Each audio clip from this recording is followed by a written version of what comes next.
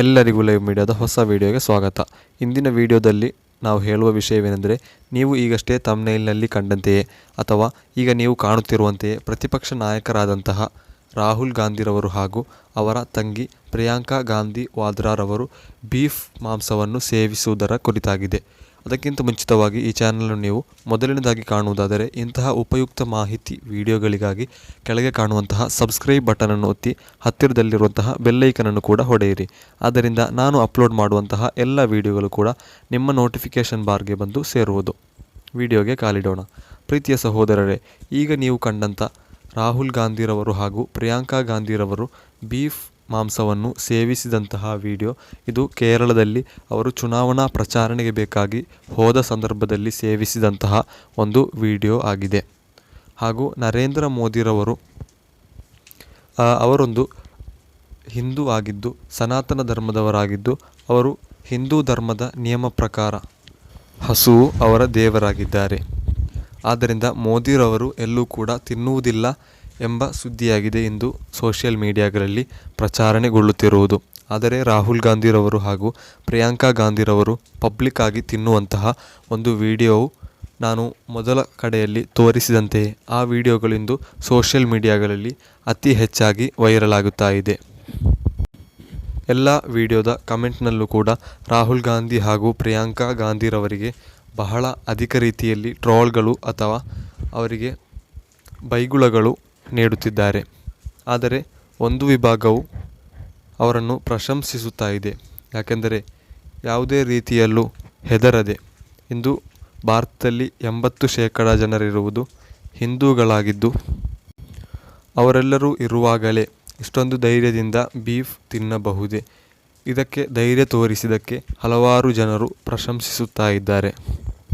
ಇನ್ನು ಸಮಾಜದಲ್ಲಿ ಕೆಲವು ಜನರು ಹೇಳುವುದೇನೆಂದರೆ, ಈ ದನವು ಹಿಂದೂಗಳ ದೇವರಾಗಿದ್ದು ಅದನ್ನು ಹಿಂದೂಗಳು ಪೂಜೆ ಮಾಡುತ್ತಾರೆ ಅಥವಾ ಆ ಗೋಮೂತ್ರವನ್ನು ಕುಡಿಯುತ್ತಾರೆ, ಅದನ್ನು ಆರಾಧಿಸುತ್ತಾರೆ, ಪೂಜೆ ಮಾಡುತ್ತಾರೆ, ಹೀಗೆ ಹಲವಾರು ರೀತಿಯ ಕರ್ಮಗಳನ್ನು ಮಾಡುತ್ತಾರೆ. ಆದರೆ ಕೆಲವು ಜನರು ಅದನ್ನು ತಿನ್ನುವಾಗ ಇವರಿಗೇನು ಸಮಸ್ಯೆ, ಇವರ ಕೆಲಸವನ್ನು ಮಾಡುತ್ತಿದ್ದಾರಲ್ವ, ಮತ್ತು ಅವರನ್ನು ಯಾಕೆ ನೋಡುವುದು ಎಂದು ಕೆಲವು ಜನರು ಸಮಾಜದಲ್ಲಿ ಸೋಷಿಯಲ್ ಮೀಡಿಯಾಗಳಲ್ಲಿ ವಾದಿಸುತ್ತಾರೆ. ಈ ಬಕ್ರೀದ್ ಹಬ್ಬದ ಸಂದರ್ಭಗಳಲ್ಲಿ ಅಥವಾ ಮತ್ತಿತರ ಸಂದರ್ಭಗಳಲ್ಲಿ ಗೋ ರಕ್ಷಕರು ಎಂಬ ಕೆಲವು ಜನರಿರುತ್ತಾರೆ.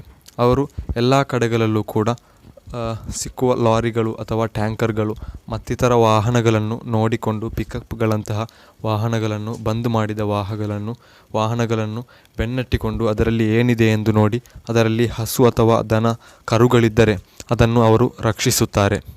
ಅದರಲ್ಲಿರುವ ಡ್ರೈವರನ್ನು ಅಥವಾ ಅದನ್ನು ಕೊಂಡು ಹೋಗುವಂತಹ ಜನರನ್ನು ಅಲ್ಲಿಗೆ ಕೊಂದು ಹಾಕುತ್ತಾರೆ ಅಥವಾ ಥಳಿಸಿ ಹತ್ಯೆ ಮಾಡುತ್ತಾರೆ ಅಥವಾ ಪೊಲೀಸ್ ಸ್ಟೇಷನ್ಗೆ ಒಪ್ಪಿಸುತ್ತಾರೆ.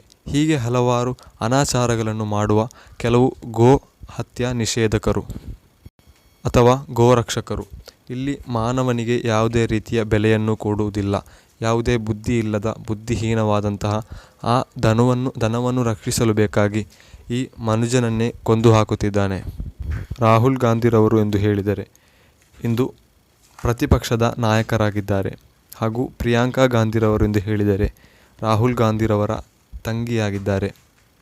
ಹಾಗೂ ಅವರು ಯಾವುದೇ ರೀತಿಯ ಎಲೆಕ್ಷನ್ಗೆ ನಿಂತಿರಲಿಲ್ಲ. ಆದರೆ ಈ ಬಾರಿಗೆ ಉಪಚುನಾವಣೆಯಲ್ಲಿ ರಾಹುಲ್ ಗಾಂಧಿರವರ ಬದಲಾಗಿ ಉಪಚುನಾವಣೆಯಲ್ಲಿ ಕೇರಳದ ವಯನಾಡ್ ಕ್ಷೇತ್ರದಿಂದ ಅವರು ಒಳ್ಳೆಯ ರೀತಿಯಲ್ಲಿ ಗೆದ್ದು 4 ಲಕ್ಷಕ್ಕಿಂತಲೂ ಮಿಕ್ಕ ಬಹುಮತದೊಂದಿಗೆ ಅವರು ಗೆದ್ದು ಈಗ ಪಾರ್ಲಿಮೆಂಟ್ಗೆ ಎಂಟ್ರಿಯನ್ನು ಕೊಟ್ಟಿದ್ದಾರೆ. ಹಾಗೂ ಸರ್ಕಾರ ಮಾಡುವಂತಹ ಅನಾಚಾರಗಳು ಅದಕ್ಕೆದುರಾಗಿ ಅವರು ಧ್ವನಿ ಎತ್ತುತ್ತಿದ್ದಾರೆ. ಹಾಗೂ 2019 ಅಥವಾ 2014ರಲ್ಲಿ ನಡೆದಂತಹ ಚುನಾವಣೆಯಲ್ಲಿ ಕೇವಲ 50-49 ಸೀಟುಗಳನ್ನು ಪಡೆದಂತಹ ಕಾಂಗ್ರೆಸ್ಸನ್ನು 100 ಸೀಟ್ ಪಡೆಯುವವರೆಗೆ ತಲುಪಿಸಿದಂತಹ ರಾಹುಲ್ ಗಾಂಧಿರವರು. ಅದಕ್ಕಿರುವ ಕಾರಣವೇನೆಂದರೆ ಅವರು ಮಾಡಿದಂತಹ ಭಾರತ್ ಜೋಡೋ ಯಾತ್ರೆಯಾಗಿದೆ. ಹಾಗೂ ಅವರು ಜನರೆಡೆಗೆ ಇಳಿದುಕೊಂಡು ಅವರು ಕೆಲಸಗಳನ್ನು ಮಾಡುತ್ತಾರೆ. ಹಾಗೂ ಜನರಿಗೆ ಇಷ್ಟವಾಗುವ ರೀತಿಯಲ್ಲಿ ಅವರೊಂದಿಗೆ ಬೆರೆತುಕೊಂಡು ಎಲ್ಲ ರೀತಿಯ ವಿಷಯಗಳನ್ನು ಕೇಳಿಕೊಂಡು ಅವರಿಗೆ ಬೇಕಾದಂತಹ ಉಪಯುಕ್ತ ಮಾಹಿತಿಗಳನ್ನು ಮಾಡಿಕೊಟ್ಟು ಒಳ್ಳೆಯ ರೀತಿಯಲ್ಲಿ ಅವರು ವರ್ತಿಸುತ್ತಿದ್ದಾರೆ. ಆದ್ದರಿಂದ ಜನರಲ್ಲಿ ಕೆಲವರು ಅವರಿಗೆ ಬೇಕಾಗಿ ಓಟನ್ನು ಹಾಕಿದರು ಅಥವಾ ಕಾಂಗ್ರೆಸ್ಗೆ 100 ಸೀಟ್ ತಲುಪಿಸಿಕೊಟ್ಟರು ಹಾಗೂ ಇಂಡಿಯಾ ಮೈತ್ರಿಕೂಟವನ್ನು ಕೂಡ ಅವರು ವಿಜಯಗೊಳಿಸಿದರು. ಆದರೆ ನರೇಂದ್ರ ಮೋದಿ ನೇತೃತ್ವದಲ್ಲಿರುವಂತಹ BJPಯ ಎಲ್ಲ ಜನರು ಕೂಡ ಹೇಳಿಕೊಂಡಿದ್ದದ್ದು ಕಾಂಗ್ರೆಸ್ ಪತನವಾಗುತ್ತೆ, ವಂಶನಾಶವಾಗುತ್ತೆ, ಅವರಿಗೆ ಯಾವುದೇ ರೀತಿಯ ಓಟು ಸಿಗಲ್ಲ, ಇಂಡಿಯಾ ಮೈತ್ರಿಕೂಟಕ್ಕೂ ಓಟು ಸಿಗಲ್ಲ, BJPಯು ಅಬ್ ಕಿ ಬಾರ್ 400 ಪರ್, ಈ ಬಾರಿ ನಾವು 400ಕ್ಕಿಂತಲೂ ಮಿಕ್ಕ ಸೀಟ್ಗಳನ್ನು ನಾವು ಹಿಡಿಯುತ್ತೇವೆ ಎಂದೆಲ್ಲ ಹೇಳಿದ್ದರು. ಆದರೆ ಯಾವುದೇ ರೀತಿಯ 400 ಕೂಡ ಸಿಗಲಿಲ್ಲ. ಅವರ NDA ಮೈತ್ರಿಕೂಟಕ್ಕೆ ಸಿಕ್ಕಿದ್ದು ಕೇವಲ 292 ಸೀಟುಗಳು, BJPಗೆ ಸಿಕ್ಕಿದ್ದು 240 ಸೀಟುಗಳು. ಆದರೆ ಮೈತ್ರಿ ಮಾಡಲು ಅಥವಾ ಸರ್ಕಾರವನ್ನು ರೂಪಿಸಲು ಬೇಕಾದದ್ದು 270 ಸೀಟುಗಳು. ಈಗಾಗಲೇ ಅವರ 2 ಫಿಲ್ಲರ್ಗಳಾದಂತಹ ಚಂದ್ರಬಾಬು ನಾಯ್ಡು ಹಾಗೂ ನಿತೀಶ್ ಕುಮಾರ್ ರೆಡ್ಡಿ, ಈ 2 ಜನರನ್ನು ಹಿಡಿದುಕೊಂಡು ಮಾತ್ರವಾಗಿದೆ ಈಗ BJPಯು ಅಧಿಕಾರದಲ್ಲಿರುವುದು. ಈಗಾಗಲೇ ನಾನು ಮುಂದೆ ಹಾಕಿದಂತಹ 2 ದಿವಸಗಳ ಮುಂಚೆ ಹಾಕಿದಂತಹ ವಿಡಿಯೋಗಳನ್ನು ತೆಗೆದು ನೋಡಿದರೆ ನಿಮಗೆ ಕಾಣಬಹುದು. ನಿತೀಶ್ ಕುಮಾರ್ ರವರು ಈಗಾಗಲೇ BJPಯನ್ನು ಕೈ ಬಿಡಲಿರುವ ಎಲ್ಲ ರೀತಿಯ ಸಾಧ್ಯತೆಗಳು ಕೂಡ ಕಂಡುಬರುತ್ತಿದ್ದು ಅವರಿಗೆ ಅಲ್ಲಿ ಸಮಾಧಾನವಿಲ್ಲ. ಆದರೆ ಈಚೆ ಕಡೆ ಬಂದರೆ ಉಪಪ್ರಧಾನಮಂತ್ರಿ ಹುದ್ದೆಯನ್ನು ಕೂಡ ಕಾಂಗ್ರೆಸ್ ಸರ್ಕಾರವು ಆಫರ್ ಮಾಡಿದೆ ಎಂದು ಎಲ್ಲ ರೀತಿಯ ಮಾಹಿತಿಗಳು ಕೂಡ ಆ ವಿಡಿಯೋದಲ್ಲಿ ಇದೆ.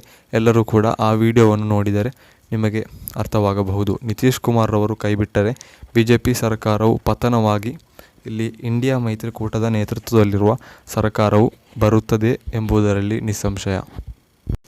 ಇನ್ನು ಈ ವಿಡಿಯೋದಲ್ಲಿ ಮೊದಲೇ ಹೇಳಿದಂತೆ ನರೇಂದ್ರ ಮೋದಿರವರು ಯಾವುದೇ ರೀತಿಯಲ್ಲೂ ಕೂಡ ಬೀಫನ್ನು ಸೇವಿಸುವುದಿಲ್ಲ, ಅವರು ಗೋರಕ್ಷಕ ಎಂದೆಲ್ಲ ಹೇಳುತ್ತಿದ್ದಾರೆ. ಯಾವುದೇ ರೀತಿಯ ಅವರು ಬೀಫನ್ನು ತಿನ್ನುವ ಯಾವುದೇ ರೀತಿಯ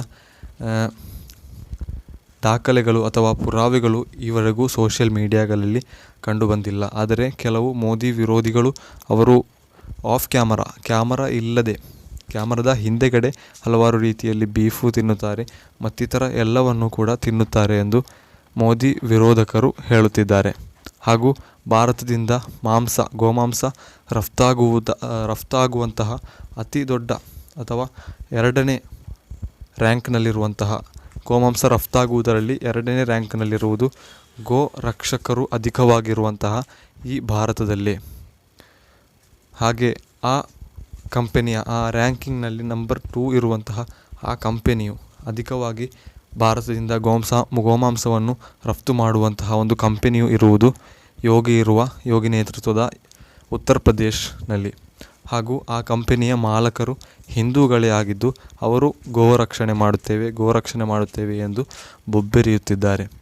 ಇಷ್ಟು ಹೇಳುತ್ತಾ ಪುಟ್ಟ ವಿಡಿಯೋಗೆ ವಿರಾಮ ಹಾಕುತ್ತಿದ್ದೇನೆ.